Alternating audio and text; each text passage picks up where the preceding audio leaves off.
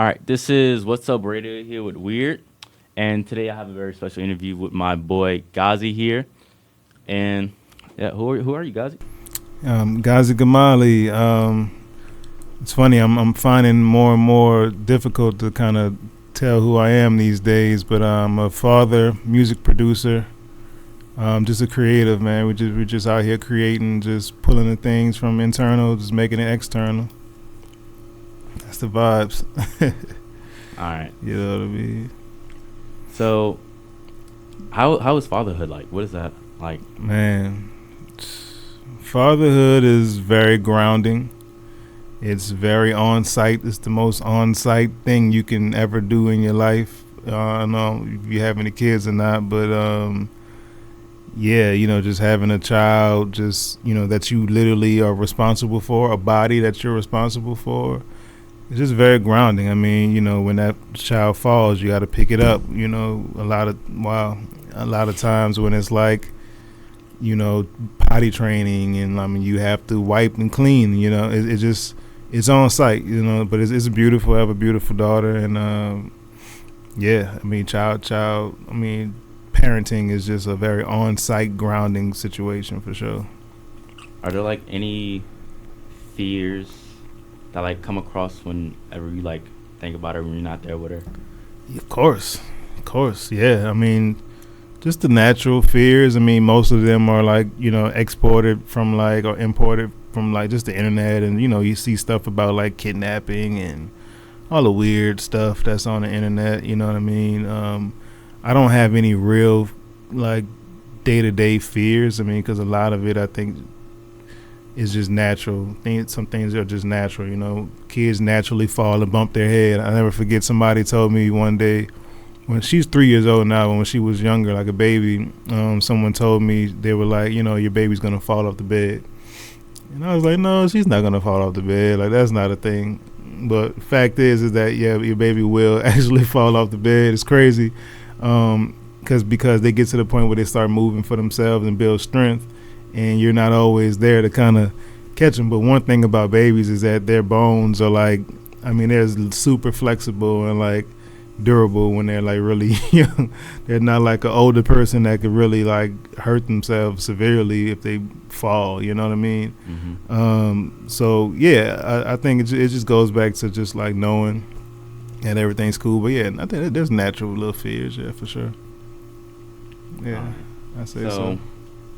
You're a music producer. Mm-hmm. How is that experience? It's beautiful. I mean, so I've been producing music for about 20 years. You know what I mean?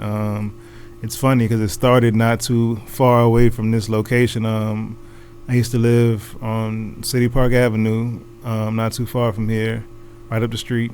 And when I was 13 years old, I illegally downloaded this program called FL Studio, or Fruity Loops. And I tell people my first DAW was Fruity Loops 3. You know what I mean? And since then, it's just been like kind of just, practicing and getting those, it feels like 100,000 hours these days. But it's interesting now because I think I've stepped into different layers of music production.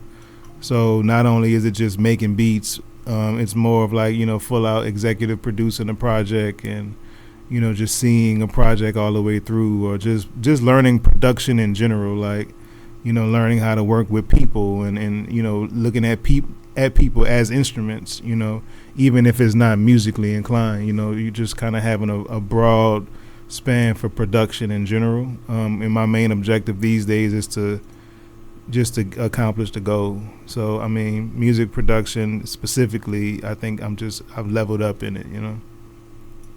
I like that. Yes, sir. Was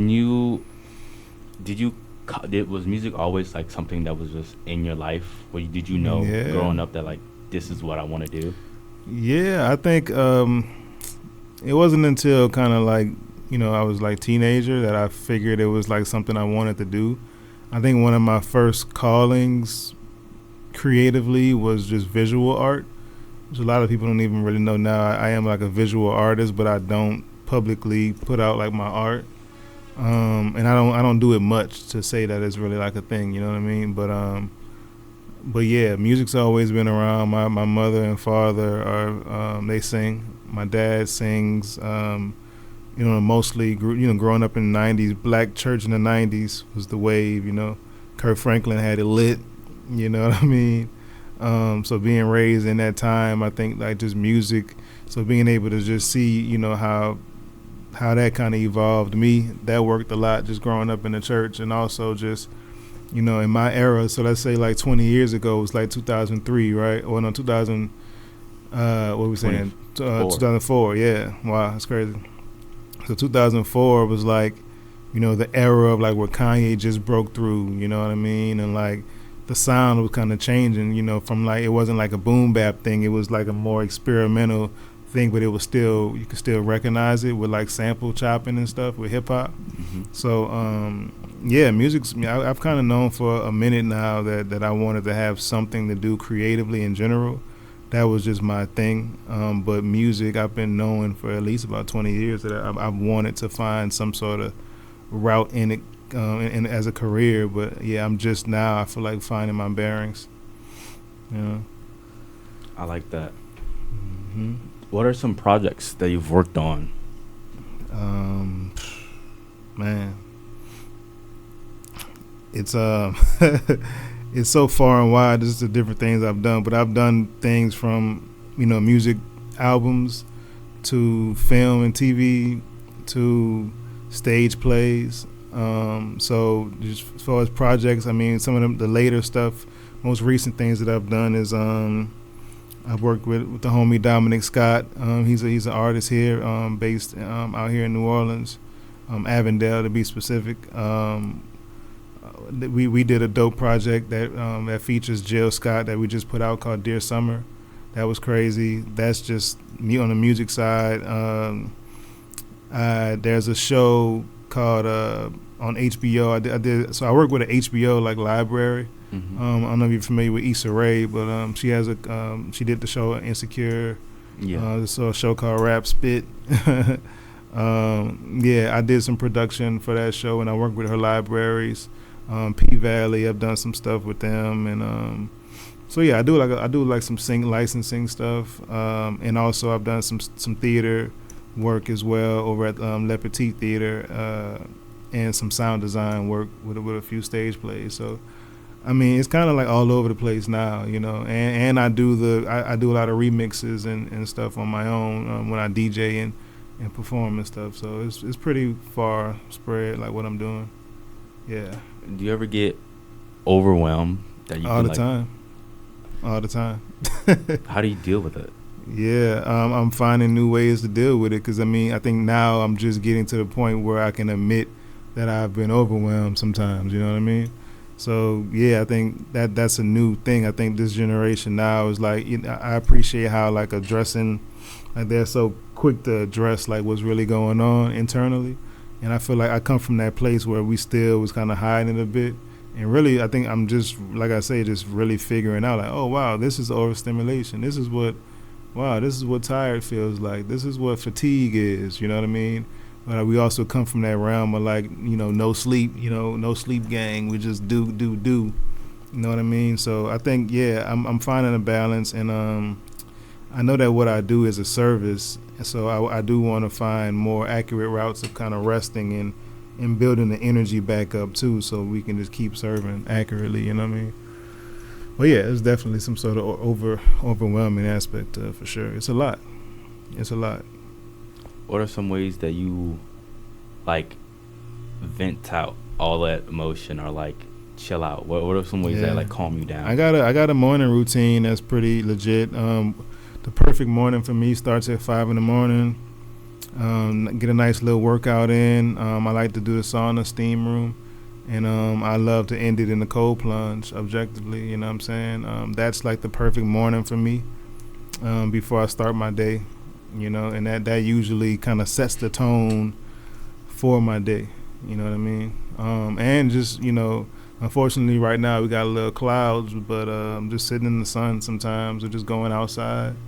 vibing, really just taking time away from the phone and time away from the schedule. You know what I mean? Anything that does that usually is like, instead of ordering food out, like cooking food for myself is like a thing. Like even that can be therapeutic. So yeah, my morning routine is the most important thing though, for sure. I like that. Yeah. Tell me about your relationship with Dominic Scott. Dom, man, it's like my little bro. I mean, it's so crazy because now I'm trying to think like, damn, like when did me and Dom even link? I feel like we got connected through, I want to say kind of through the global warming situation, and just kind of we just kind of veered off, and I feel like me and him really work well together. I've always been interested in just R&B. I've always been in the R&B lane, even as a producer. Like, I feel like the R&B guy that's really I'm a producer, but I'm really like an R&B cat. You know what I'm saying? Like, if I could sing, I would. You know what I mean?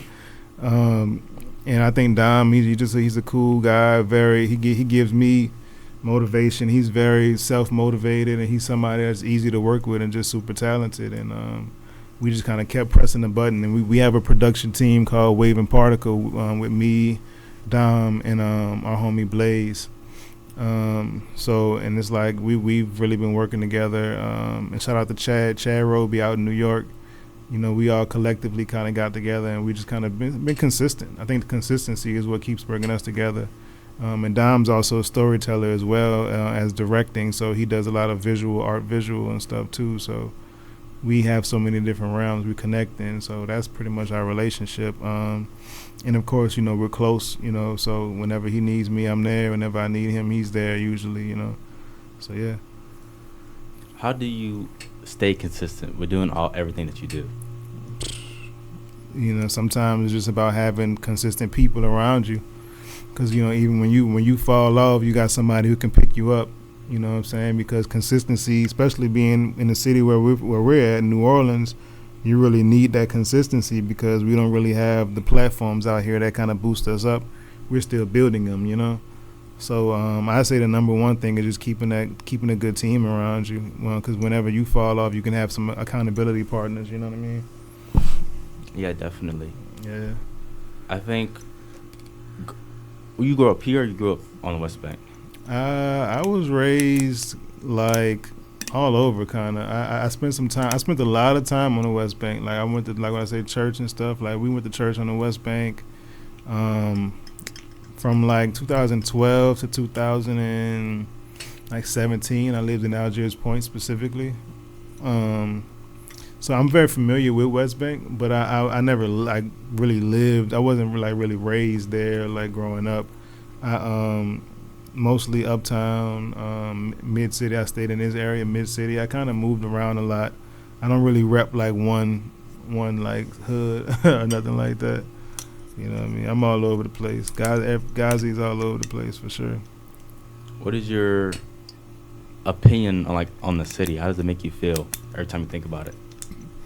I think it's getting better and better every day, or every year at least. I think there's a lot of potential creatively. I think that we have this like infinite pool of creativity. We just got to learn how to create the platforms and kind of pull in the resources. And we're just finding different ways to kind of pull in the economic aspect so we can kind of keep growing, But I think the city itself I think the key word that I could think of right now would be potential. I think New Orleans has some of the biggest potential ever. Like, we just got to find a way. We got to find whatever the code was, whatever makes Atlanta, New York, and all these other, because we are a major city, obviously, but it's like, what's the difference? And I think that it's the economic like structure that really kind of like is kind of hindering us creatively. But I think we're good, man. I mean, of course, there's a lot of ignorance that goes on, but I think that's from a lack of what I'm saying, a lack of the economic, I like that. Yeah.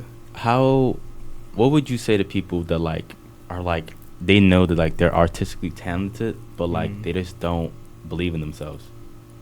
I'd say very simple. Like everybody has something in their brain that they're thinking that like, like I wonder if I did this. I'd say, when God or the universe presents you with an idea, try your best to get it out.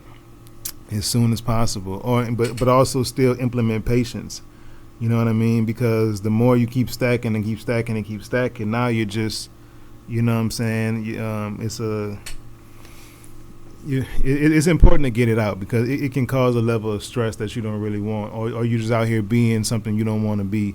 And honestly, sometimes you gotta, miss the mark or even maybe do something even wrong so you can get it right the next time. So there's always a lesson to be learned, but as long as it's in your head, you got to get it out. You know what I mean? And it's not until you get it out to where you're really gonna be satisfied or have the opportunity. So if someone's feeling stuck and feeling like they need to create, just keep laying it down as much as you can, even if it doesn't look how you think it should look. Like just keep pushing it forward, because the next time you look up 5 years later, now you're a master in this thing that you didn't do. Like you're gonna only get better, and if you're not, then that's something wrong with you. Like you need to make adjustments. Like I'd advise you to just always be ever adjusting. Like that's my thing. Always be ever adjusting. But in order to adjust, you got to actually commit to something, right? That's my thing, man, for sure. I like that. I think with my platform, what I really want to do in like the next 1 or 2 years is like be that platform for everybody. Yeah. Like try to get as much artists on here as possible, even if you just do paint or visual art. I just want to, people got to know who you are. Yeah. And I just want to be that for everybody. Yeah, I mean, and you are. I mean, I'm here. You know what I'm saying? This is new for me in a sense. I don't really talk much, so I'm still figuring out. I'm putting the words together and communicating it. This is usually a private conversation. You know what I mean? But I'm opening more up to kind of getting it out there in the public forum for sure. I like that. Dope. R&B. What is that? Is that like all of you? It's like when you're mad or like going through, you just listen to R&B. Yeah, man, that's a good question. When I'm mad, I mean, yeah, I guess it goes through all the emotions because I'm a creative too. So, yeah, I mean, I think R&B is just kind of like my lane. I'm a hip hop guy too. Don't get me wrong. I rap. I'm a rapper. Like. I got a whole project I'm working on right now with my guy Wino Willie. He's a producer out here. That's crazy. But yeah, I think that like for me, it's just kind of like my go-to. It's like just chords and rhythm, and the thing that I'm more interested in than anything is just harmony. And growing up, I was raised on like male harmony. It's more specifically like you got like your boys Timens, like. These groups like Drew Hills, like Jagged Edge, like there's just something about like male harmony. I just think that it needs to be revisited in today's time too. You know what I'm saying? I find inspiration in that. So yeah, I think it just is me. R&B is kind of like my energy, and I could be the most rapidy rap guy. Like we were just listening to MF Doom. Like I love Doom. You know what I'm saying? But at the same time, I'm still like, I'll listen to Doom, and then like in the next song, I'll play some Genuine, you know what I mean? I like some Sade, just vibes, bro. When it's good, it's good, I like that. When you're like in like your like collective mind, when you're like producing stuff, do you ever like get writer's block, or you ever just like, I can't produce right now? Yeah, all the time. All the time. That's why I tell that creative that needs that push, like just keep doing it, because sometimes I'll stop a beat or like what I don't think is good. Like I'll still save it. I'll save it and come back sometimes, and it's like maybe I'll play it for Dom, and Dom will hear it and be like, "Oh man, this is crazy," and he'll add some stuff to it. Or like there's this artist named Imani Von Shea who I work with. She's crazy. Vocals are off the chain. But she's one of the ones who picks like the beats that I really don't expect her to pick. You know what I'm saying? So yeah, sometimes it's just like, again, just having that team and having those people around you, and they'll make you evolve, and kind of like you'll get to that point to where you're starting to see yourself and you can break through those. Music is a collaborative thing. It's a collaborative space too, right? So it's like whenever you're in that space, it's easier to kind of exchange and get some work done, because you got other people around you that you can kind of play off of. But yeah, I'm always like incompleting things. There's so many incomplete. There's way more incomplete projects than complete projects for sure. Yeah, that's I think that's just the art of the game. You know what I'm saying? Like even painters and artists like Basquiat, like I think like he had like thousands and thousands of pictures, but I mean we probably only know 100. You know what I'm saying? So yeah, sometimes you just got to get it out. You know. How many? So are you like artists under you, or do you just work with multiple artists? Yeah, both. I mean, it's I create, bro. I'm a collaborative guy. You know what I'm saying? Like we're working right now, working on this, this platform, doing what we're doing now. Yeah, I just show up, bro. I mean, I'm an artist. I'm a producer. I'm a creative producer. I'm a writer. I'm a screenwriter. I'm an actor. I got some stuff that's coming out. People gonna see me acting. They're gonna be like, man, what? You know what I mean? Like I don't know. I just kind of get it out, and I am who I have to be at that time. You know what I'm saying? But I have certain things that I've been doing, and I'm very masterful at. Like I'm no Denzel. You know what I'm saying? But there are some things that I do have the hours in for sure. So I do a lot, bro. That's why I say I do too much. I like that. That's kind of like the mentality that I be having. I be like up at like 3 or 4 a.m. and my dog even be like, you gotta come to bed, dog. Yeah, like, yeah, for sure. But it's like when I'm in the zone, I'm like, I can't put the pen down. It's right. Just, it's too perfect. Yeah, I mean that's hard. All right. So we're gonna go into a little bit of a break here. Give ourselves some breathing room. This is Fruity In by Daniel Caesar. Hope y'all enjoy. Let's get it.